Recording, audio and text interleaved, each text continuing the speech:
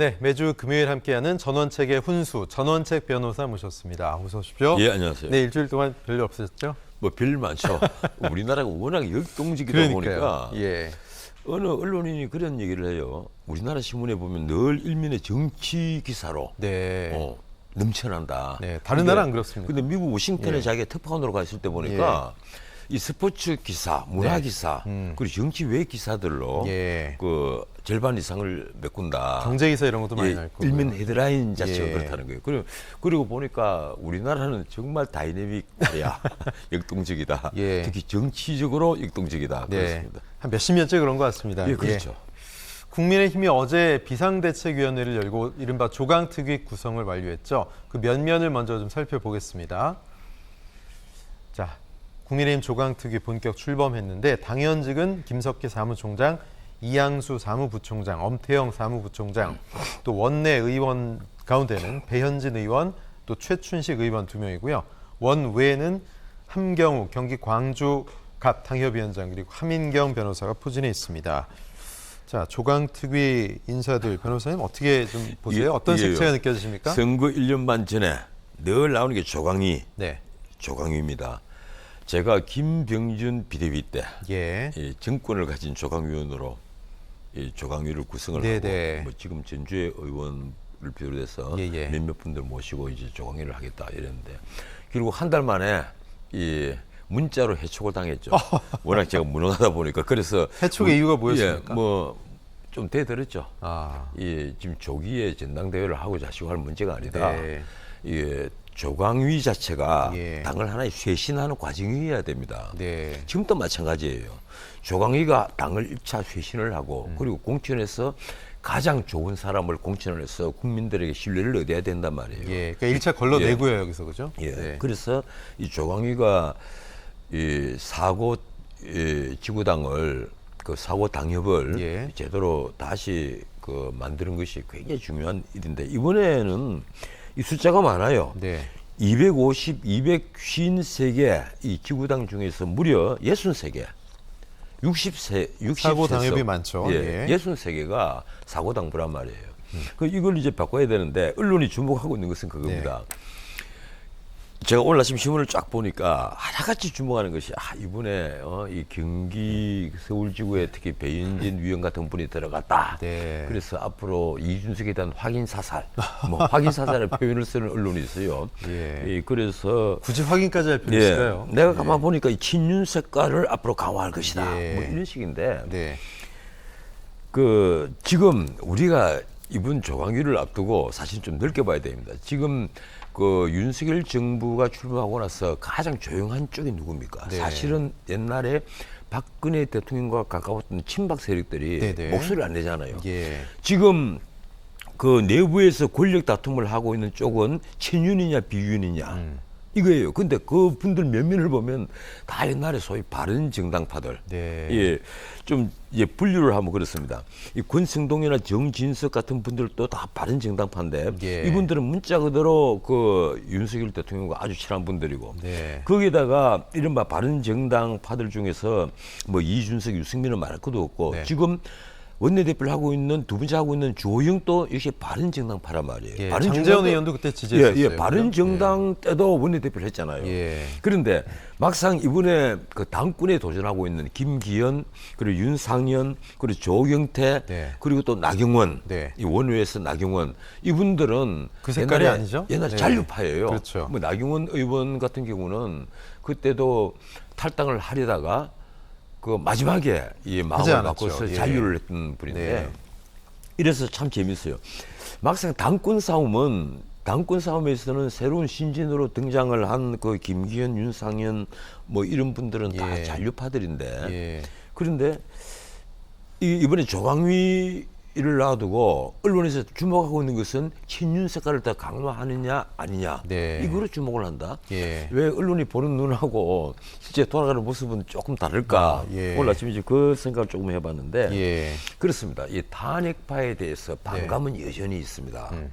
당내에서 네. 특히 친박의 뿌리들은 바른정당파 있잖아요. 이 다 탄핵파지 않습니까? 네네. 탄핵파에 대해서 반감은 여전히 있는 거예요. 네. 그런데 이번에 조강위에서 어느 정도로 그것을 수습을 해가지고 앞으로 이제 전당대회로 가서 예. 그리고 그 다음에는 새 당권파가 공천을 좌지우지할 거란 말이에요. 그렇죠.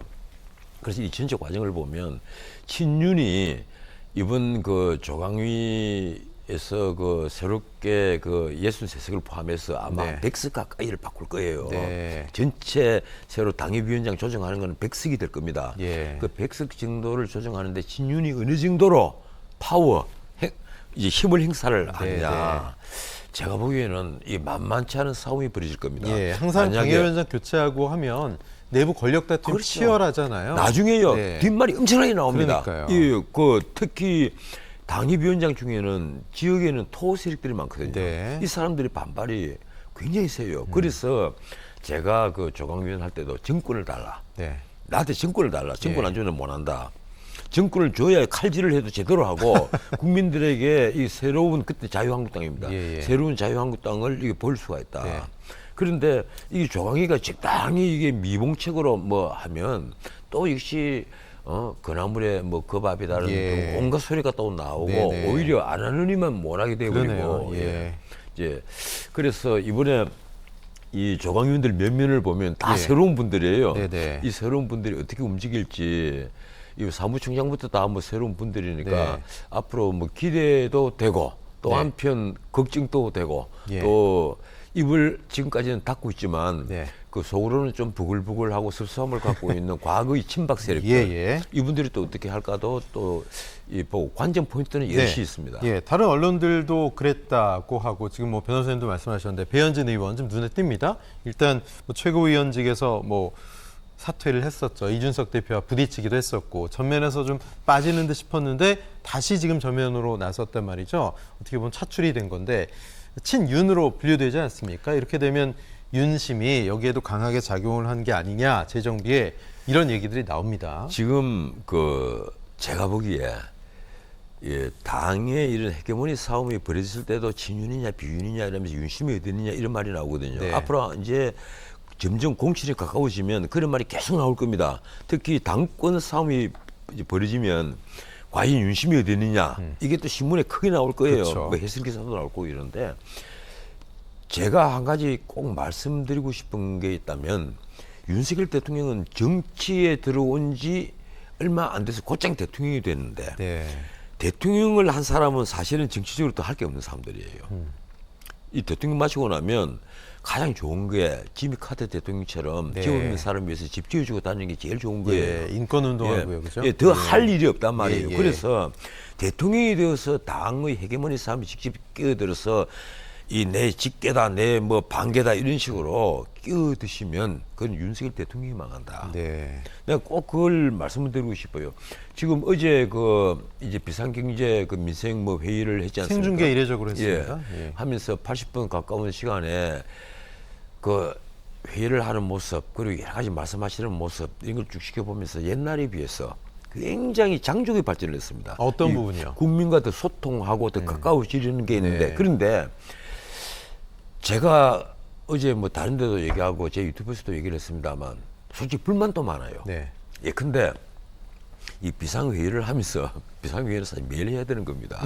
지금 고물가, 고환율, 고금리가 네. 문제된 것이 얼마나 오래됐어요. 그래서 보여주기란 말 나온 예. 거니까. 그래서 이 보여주기라는 말 나오기 전에 네. 사실은요.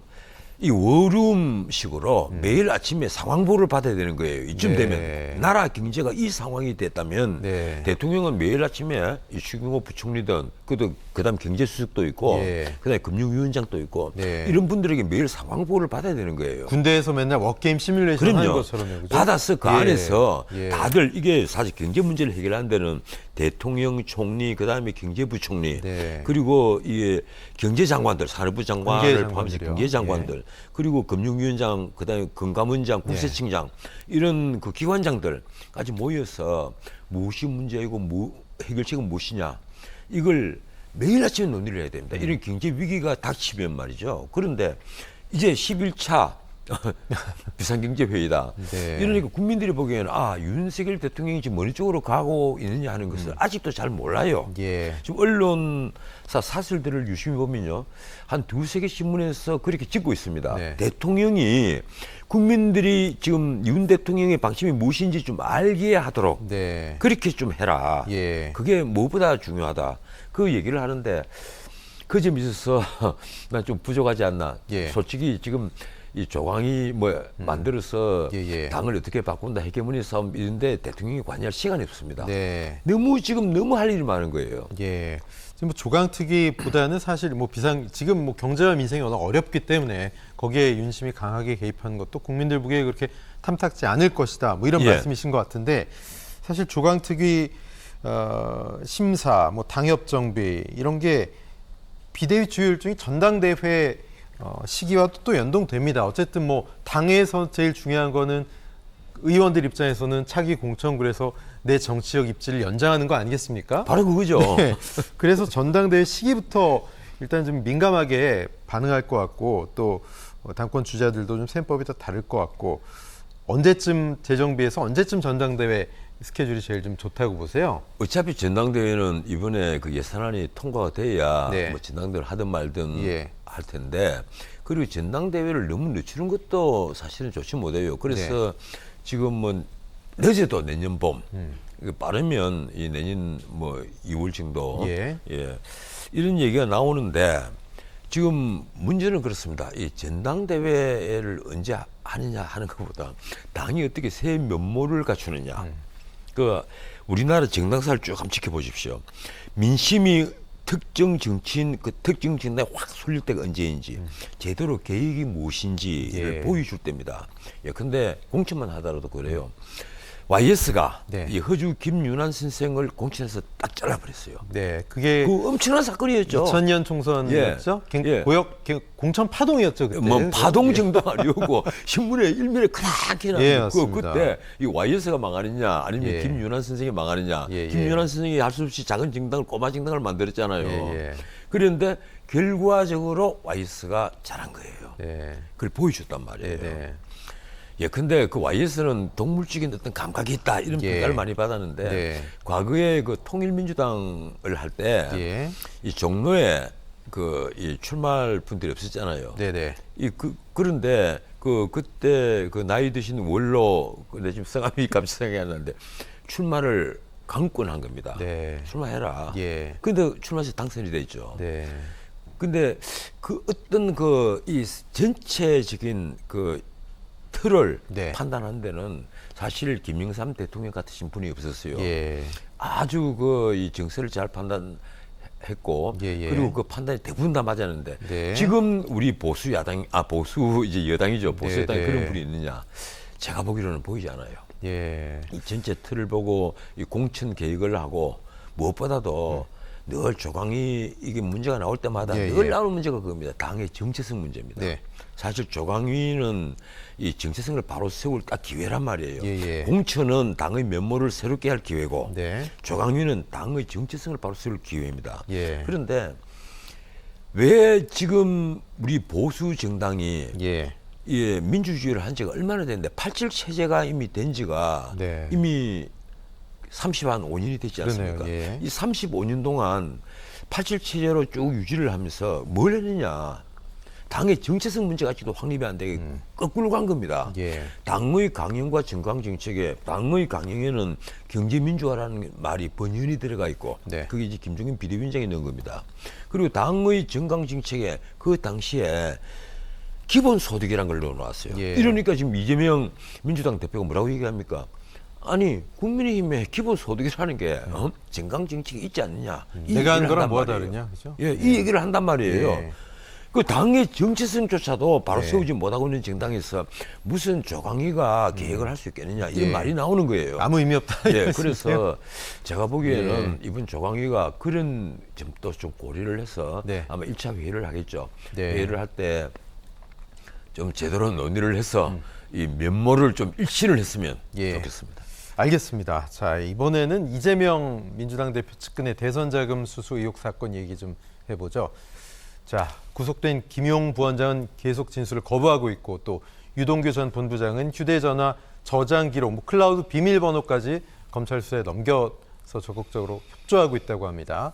이렇다면 거기 뭐가 있을 텐데 검찰에 제출했다면 물증이 나올 가능성이 한층 높아졌다 이렇게 보는 게 일반적인 시각이더라고요.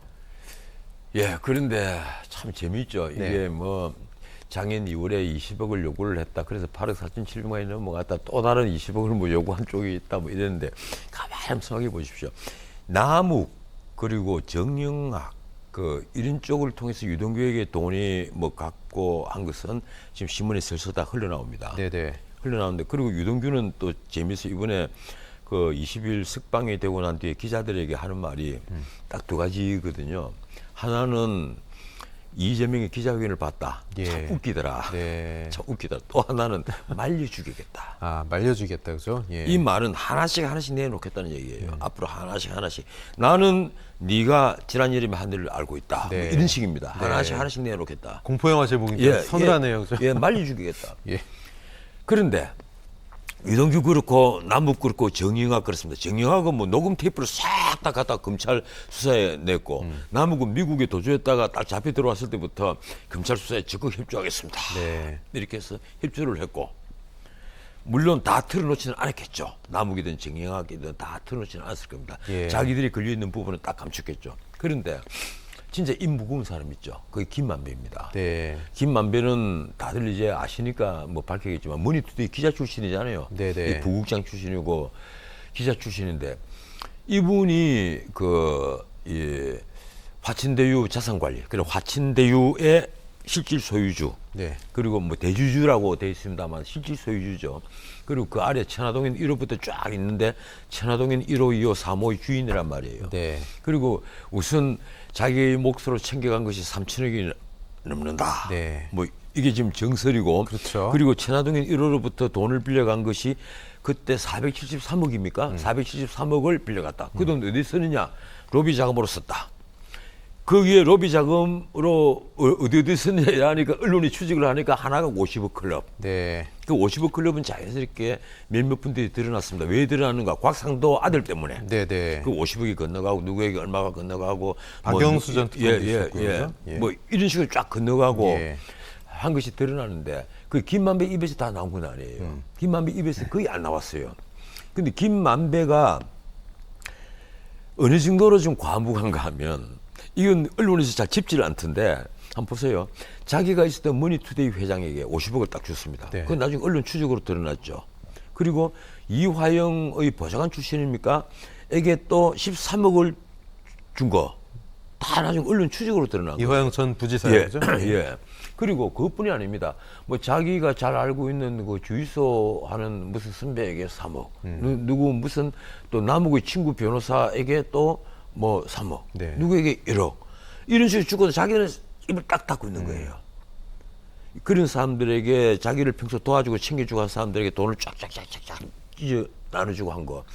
그래서 가령 이번에 말이 나온 것이 3천억을 먹은 그 김만배를 놔두고 왜 1,005억밖에 먹지 못한 언론은 1,050억이라고 하는데 밖에군요, 여기서. 제가 보니까 예. 1,005억이더라고요. 네. 이게 따져 보니까 하여튼 1,000억밖에 먹지 못한 남욱에게 돈을 20억을 요구를 해갖고 네. 8억 4,700만 원을 받아가느냐.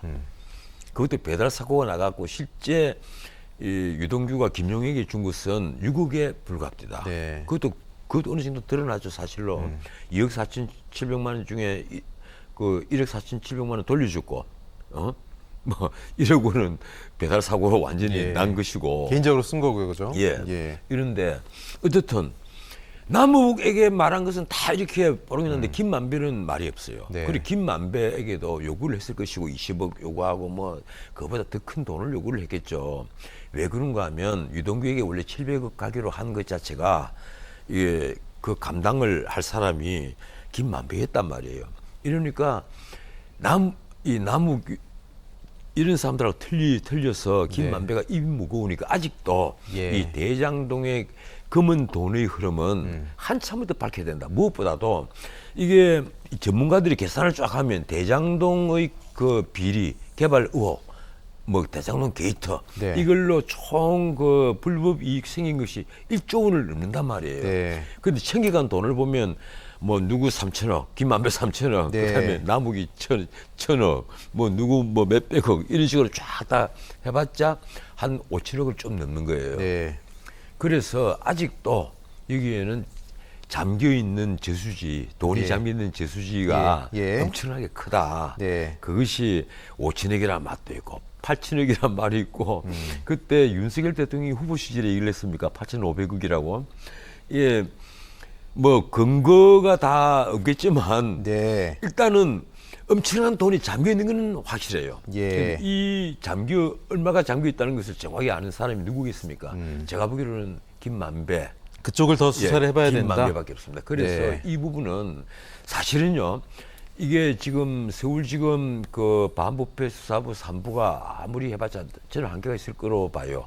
앞으로 이건 정말 제대로 된 특검이 예. 이게 일단은 이게 서울지검이 기본적인 수사를 해서 기본적인 기소를 하고 나면 네. 나머지 더 세부적인 것은 이게 진짜 특검이에요. 예. 이 국민이 선임하는 진짜 특검이 네. 이게 제대로 수사를 해야 합니다. 네. 그래야만 이 전모를 드러내고 당군 일의 네. 최대 공공환수가 아니라 당군 일의 최대 사기극이란 말이에요. 그렇죠. 이거는 민관 합동 사기극입니다. 예, 예. 이걸 밝혀내지 않으면요. 그리고 여기는 대법원의 재판 거래 의혹까지 연관이 돼가 있어요. 예. 김만배가 권순일이 방에 8번이나 갔잖아요. 네네. 그리고 그 사건이 공직선거법이 파기환송되기 전에 재론합의체가 있는 한 달 동안에 네. 무려 4번이나 일주일에 한 번씩 갔어요. 선고 나고 나서 바로 이틀을 또 가고. 예.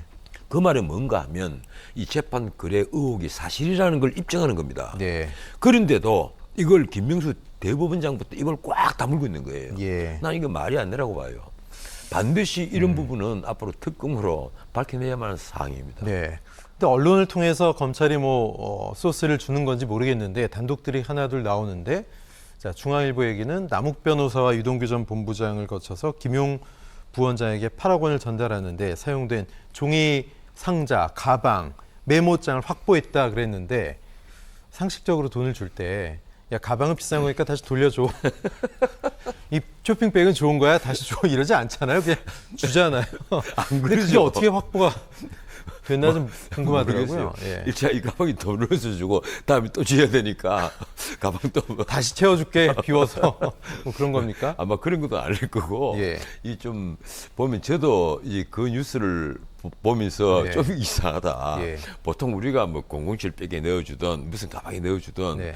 예, 통째로 다 주잖아요. 다음에 또 써야 돼 이건 줘 이러지 않잖아요. 예, 영화에도 그렇고 다 그럼요. 통째로 주는데 이거 뭐가 좀 이상하다. 이거는 뭔가 지금 아마 검찰에서도 이 그에 있을 거예요. 이 유동규, 남욱, 정영학 불러가고 다 이 개별적으로 조사하고 뭐 받고 네. 또 그리고 김용을 불러갖고 김용은 예. 지금 나는 하나도 안 받았다 얘기하는 거 아니에요. 네. 김용을 또 얼마나 설득을 하겠어요.